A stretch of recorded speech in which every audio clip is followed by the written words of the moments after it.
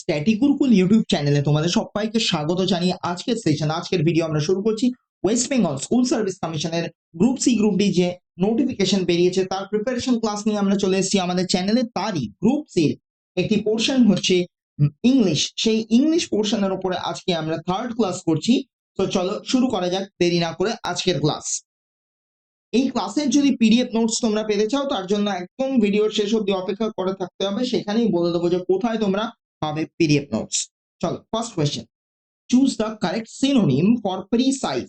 Precise শব্দের সঠিক সমার্থক শব্দটা আমাদেরকে ঠিকটা বেছে নিতে হবে। চারটে অপশন আমাদেরকে দেওয়া আছে, ভ্যাগু, এক্স্যাক্ট, জেনারেল আর রাফ। এই চারটে অপশনের মধ্যে সঠিক অপশন কোনটা সেটা আমরা বেছে নেব। তো আগে জানতে হবে প্রিসাইজ। প্রিসাইজ শব্দটার মানে নির্ভুল বা সঠিক বা স্পষ্ট, সঠিক বা নির্ভুল। তাহলে এর সঠিক উত্তরটা এখানে কি? Exact. Exact is the right option, তাহলে অপশন বি হলো কারেক্ট। এবারে আসছি পরের কোয়েশ্চেন। পরের কোয়েশ্চেন কি বলছে? Select the correct antonym. বিপরীত শব্দ বেছে নিতে হবে। কার? ভিক্টরি। ভিক্টরি মানে কি? জয়, জিতে যাওয়া, সেইটা। তার এখানে বিপরীত শব্দ বাঁচতে হবে। চারটে অপশন আছে, টুইন, সাকসেস, ডিফিট, উইন।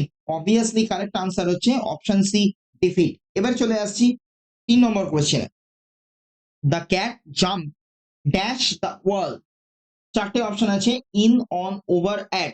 চারটের মধ্যে সঠিক উত্তর আমাদেরকে বেছে নিতে হবে। সঠিক অপশনটা হলো over. The cat jump over the ওয়াল।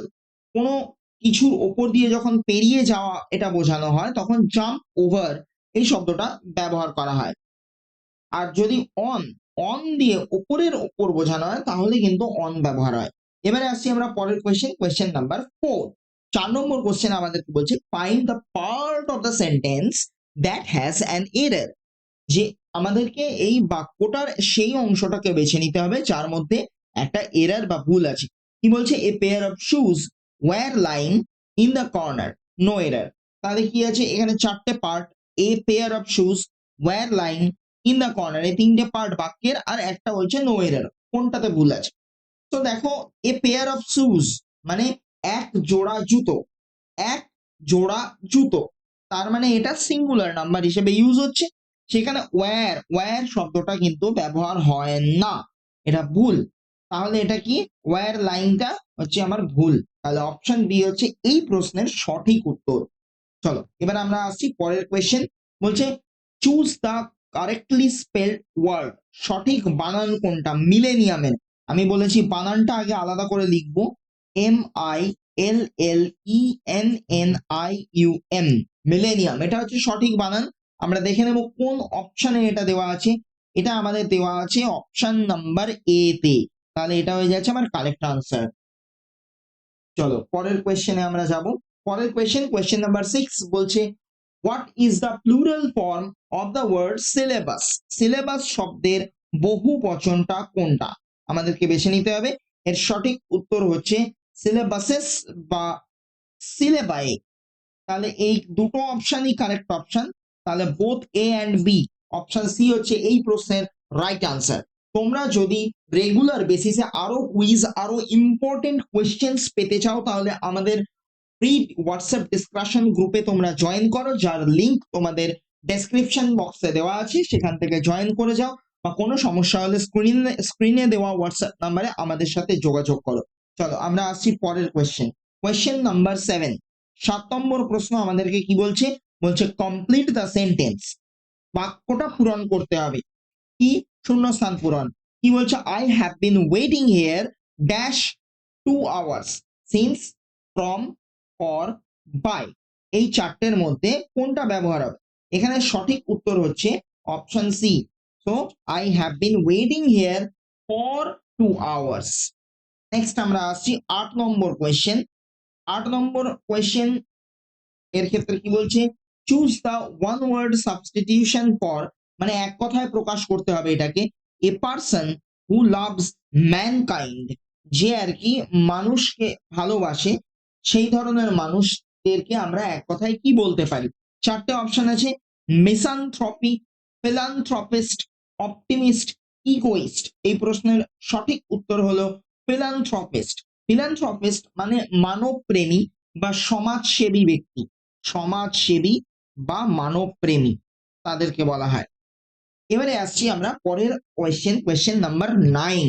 কি বলছে? Select the meaning of the idiom to cry wolf. To cry wolf চারটে অপশন আছে। To listen eagerly, to give a false alarm, to act bravely, to run away in fear.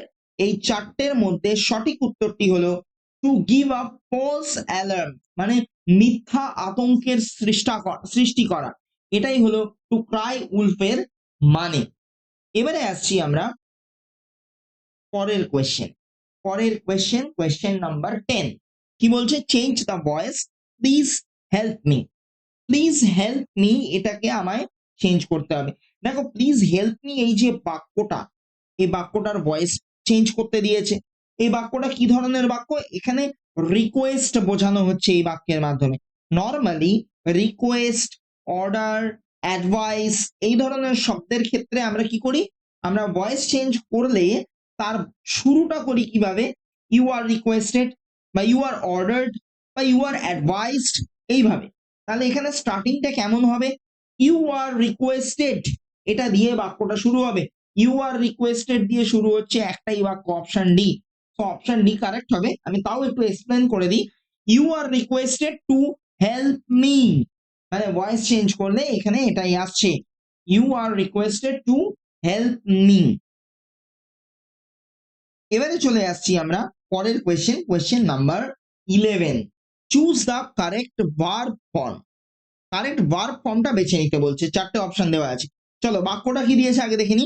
বলছে bread and butter dash my favourite breakfast. এখানে চারটে option আছে, is, are, were, have. Bread and butter এটা আমার প্রিয় সকালের খাবার, breakfast. এখানে কি অপশন কারেক্ট? ইজ, না আর, না ওয়্যার? দেখো, আমার সকালের প্রিয় খাবারটা পাল্টে যায়নি যে আমি পাস্ট টেন্সে চলে যাব, ওয়্যার তো হতে পারে না। আর হ্যাভ, ইজ, হ্যাভ হওয়ার কোনো চান্সই নেই, হ্যাভও বাদ গেল। তাহলে এই দুটো অপশন তো হতে পারে না, রইল পড়ে is are. So bread and butter এখানে ইজ হবে না আর হবে?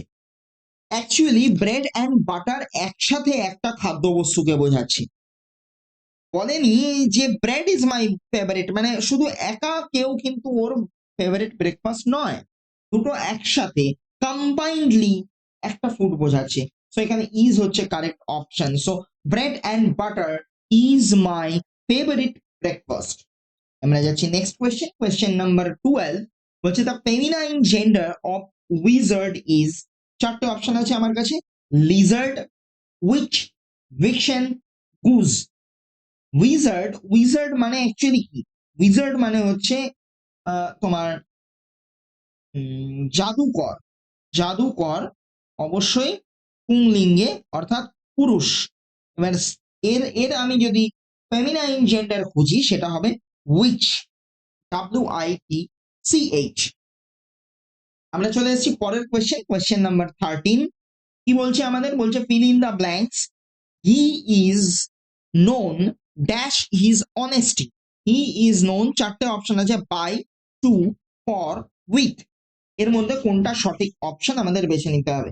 So he is known for his honesty. কোন গুণ বা বৈশিষ্ট্য বোঝাতে গেলে নোনের সাথে ফর ব্যবহার করা হয়। তাই এখানে কি হচ্ছে? He is known for, option সিটা হচ্ছে কারেক্ট আনসার। কোন গুণ মানে কোয়ালিটি, এটা দ্বারা কোয়ালিটি বোঝাচ্ছে অনেস্টিটা, তো তার জন্য ফর ব্যবহার হয়। আর known to some, known to person হয়, মানে কোনো মানুষের সাথে পরিচিতি বোঝাতে গেলে নোন টু ব্যবহার করা হয়। আর কোনো প্রফেশনের সাথে পরিচিতি, মানে কোনো একটা কাজ সে দীর্ঘদিন ধরে করছে, সেই প্রফেশনের সাথে পরিচিতি বোঝাতে গেলে নোন অ্যাজ হয়। ঠিক আছে, এবারে আমরা আসছি পরের পার্টে। আচ্ছা, আমি তোমাদের এই ট্রিক্স গুলো লিখে রাখি, তাহলে তোমাদেরই সুবিধা হবে। নোন ফর এনি কোয়ালিটি, কোয়ালিটির ক্ষেত্রে আমরা কি ব্যবহার করি? Known for. আর নোন টু, নোন টু ব্যবহার করা হয় কিসের জন্য? কোনো ব্যক্তি, পার্সন। আর নোন অ্যাজ প্রফেশন, প্রফেশনের ক্ষেত্রে, সরি স্পেলিংটা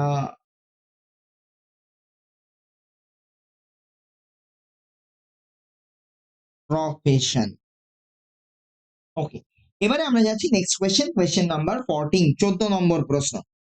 কি বলছে, which word means lasting for a very short time? নিচের কোন শব্দটার দ্বারা আমরা খুব কম সময়ে স্থায়ী মানে ক্ষণস্থায়ী শব্দটা বোঝাতে পারছি? চারটে অপশন আছে, ইটারনাল, পার্মানেন্ট, এফিমেরাল আর ইনফাইনাইট। দেখো, ইটারনাল মানে চিরন্তন, পার্মানেন্ট মানে চিরকালীন, ইনফাইনাইট মানে অসীম, আর এমপেরাল মানে হলো ক্ষণস্থায়ী, যা অল্প সময়ের জন্য টিকে থাকে। So right answer is ephemeral. এবারে যাচ্ছি আমরা পরের কোয়েশ্চেন নাম্বার 15। কি বলছে, বলছে the superlative degree of little is less, lesser, least, littlest. তো চারটের মধ্যে কোনটা সঠিক উত্তর আমাদের বেছে নিতে হবে। সঠিক উত্তর হচ্ছে লিস্ট,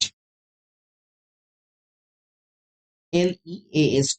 এর ফর্ম গুলো কেমন আসে, লিটিল, লেস আর লিস্ট। তো কেমন লাগলো তোমাদের আজকের ক্লাস, তোমরা আমাদেরকে কমেন্ট সেকশনে জানাও। তোমাদের জানিয়ে রাখি এই PDF তোমরা পাবে আমাদের স্ট্যাটিক গুরুকুল অফিসিয়াল যে গ্রুপ আছে টেলিগ্রামে, সেখানে। তো সোজা টেলিগ্রামে গিয়ে সার্চ করো। আর তোমাদের জন্য একটা ইম্পর্টেন্ট ইনফরমেশন দিয়ে রাখি যে WBSSC গ্রুপ সি গ্রুপ ডির পেইড মক টেস্ট তোমরা পেয়ে যাবে মাত্র 147 টাকা। এখন অফারে চলছে, অফার ফুরিয়ে গেলেই কিন্তু হয়ে যাবে 179 রুপিস। 179 রুপিস পাবে তোমরা 240টিরও বেশি মক টেস্ট। এর জন্য তোমাদের কি করতে হবে, তোমরা সোজা যাও তোমার ফোনে গুগল প্লে স্টোরে গিয়ে সার্চ করো জ্ঞান মুকুট, GYAN, জ্ঞান মুকুট, MUKUT, জ্ঞান মুকুট। আর স্ট্যাটিক গুরুকুলের জয়েন্ট কোলাবোরেশনে এই মক টেস্ট নিয়ে আসা হয়েছে। আর সেখানে তোমরা টপিক ওয়াইজ, সেকশন ওয়াইজ আর ফুল মক টেস্ট পাবে। ফুল মক টেস্টে তোমরা গ্রুপ সির জন্য পাবে 30টারও বেশি, গ্রুপ ডির জন্য পাবে 30টারও বেশি, সব মিলিয়ে ফুল মক টেস্ট আছে 60টারও বেশি। প্রচুর কোয়েশ্চেন আছে, আনলিমিটেড অ্যাটেম্পটস তোমরা দিতে পারবে এবং একদম রিয়েল এক্সাম ভাইব তৈরি হবে। পরীক্ষার প্রস্তুতি সম্পন্ন করার কিন্তু এটা সব থেকে ভালো উপায়, ভালো পদ্ধতি। তাই আর দেরি নয়, সোজা চলে এসো গুগল প্লে স্টোরে।